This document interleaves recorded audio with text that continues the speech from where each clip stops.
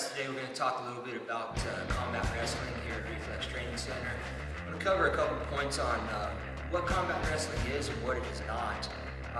To me, the biggest thing we're looking at with this is self-defense, wrestling for self-defense. That's why we call it combat wrestling, because it does apply to all situations, whether it's sport or out on the street, doesn't matter.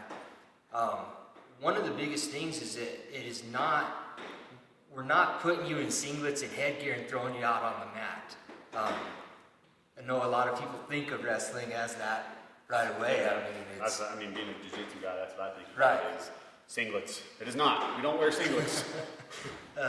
So with that, we're not training to be championship wrestlers, Division I, Division II, college wrestlers. That's not what this is for.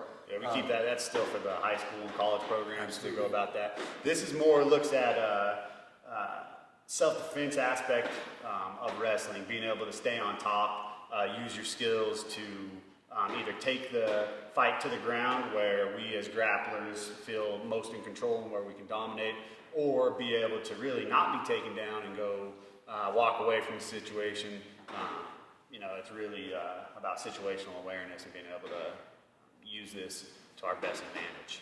Yeah, that's one of the things I love the most about it, is that I'm always safe no matter what. If we're on the street or on the mat, we're staying safe with this, and that's really appealing to a lot of people, I think, is that I don't want to get dropped on my head with the takedown. That's not what we're looking at. It's staying safe, staying on top at all times. So. Yeah. Very safe program. We do take into consideration that it is a self-defense that might happen out on the street, on the blacktop, areas like that, concrete. So we're very well aware of our body, where we're putting our body, where we're coming in contact with the surfaces. Like I said, it's not sport wrestling, it's not competitive wrestling. This is to take place out on the streets. Right. I think a lot of times when you look at wrestling, unless you're a true wrestling fan, it can be very boring.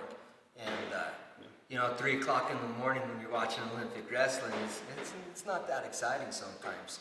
And that's, I think, where we change things here is we make it exciting, we make it fun, because it is more realistic, and it's not just two guys rolling around in skimpy outfits and looking to pin each other. Right. We're looking to improve our position with striking through wrestling, being able to put our tools up against somebody that wants to try to take us down, or, like I said, to take somebody to the ground and then be able to use our other skills to get away and do what we want to do with the self-defense situation. So I know wrestling kind of can seem a little bit boring at times to watch. This is definitely not. This is kind of a modern day approach to self-defense. Really, it's, to me, the most modern combat self-defense that's out there.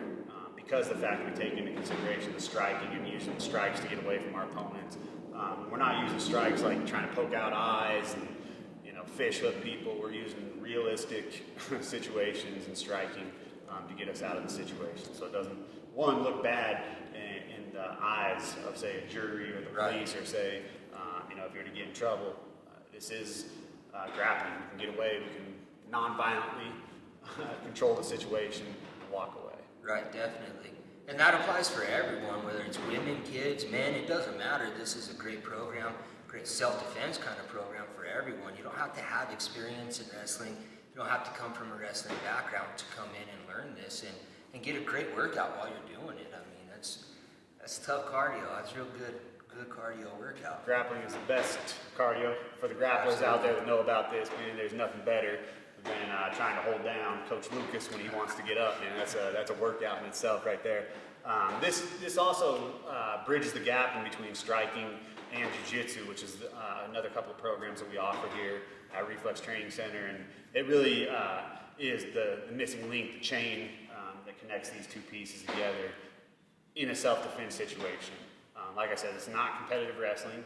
We do use all the technique involved in competitive wrestling, but we put it into the street situation to bridge the gap between our other programs. Definitely. We're looking at takedowns, takedown defense, escapes, reversals, ground control, all of that you see in a wrestling match. You also see in a jiu-jitsu match, and you can also see out on the street in a self-defense situation. We take all those techniques and apply them to that self-defense specifically, but also it helps out a ton with jiu-jitsu. I believe. I mean, it's a huge plus to combine the two sports. Absolutely, yeah. very competitive way to look at takedowns and using them in real situations for sure. Definitely. So guys, come on down to RFLX Training Center to try out our combat wrestling program.